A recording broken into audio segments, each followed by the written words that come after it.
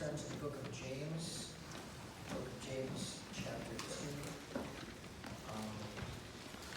James chapter 2, we're going to start reading verse 17, and we're going to read through verse 22. It says, "Even so faith, if it hath not works, is dead, being alone. Yea, a man may say, Thou hast faith, and I have works. Show me thy faith without thy works, and I will show thee my faith by my works. Right. Thou believest that there is one God, thou doest well. The devils also believe and tremble.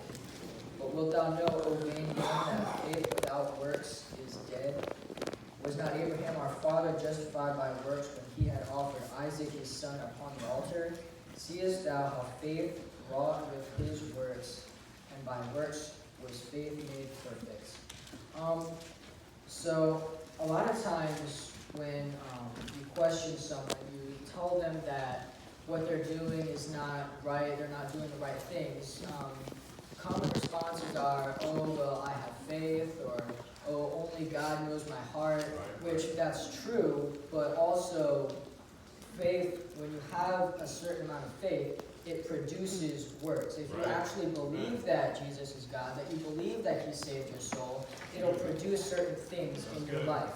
So, the title of my message tonight is just titled "Faith and Works Work Together."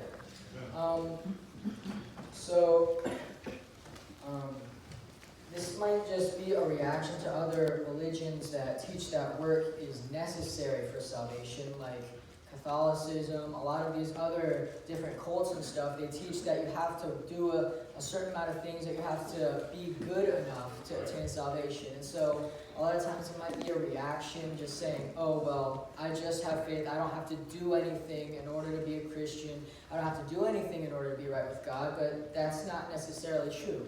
When you have faith in God, when you are a Christian, you should be doing things. The Bible is full of different people that, through their faith, did things. It lists a bunch of other people at the end of the chapter. It says Abraham. He had faith in God, and so he did something. God told him to move up from his home and just leave. He didn't even know where he was going, but he went anyways. And so it says that he was justified by his works, even though it was based on faith. Our salvation is just based on faith alone. But it produces works. It talks a few verses later. It talks about Rahab. She had faith that God would save her when the men came into Jericho. They were about to walk around it and destroy the place. She had faith that God could save her, so she helped them. And so it moved her into action. It moved her into helping them out and to help the men of God. That's works. So the best thing that you can do is, yes, have faith, but are you doing anything with the faith? Amen. The Bible talks about how to whom much is given, much is required. So if you're given all this stuff, if you grew up in church and you know all this stuff about what Christ did for you, all these different people, you can't just sit on that. God requires something from you. Amen. You can't just sit on that. That's selfish and that's lazy. Right. I'll keep moving.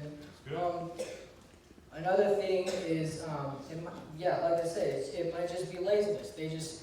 They're grateful that Christ died for them. They're grateful that they can get to go to heaven. They know that they're going to heaven, but they just don't feel like doing anything. We see a lot of this in this generation because people grow up, they play video games all day, they don't really do anything. And so once they get saved, why should it be different?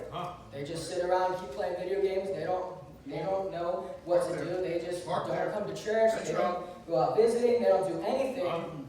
And we wonder why there's so many problems out in the world. Thank you. So, thank you. All right. Keep on moving. James here is drawing the line.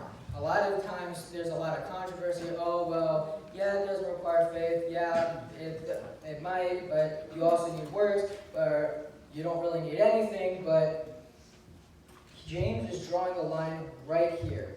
Yes, you need faith. You don't need works to get saved, but you do need works.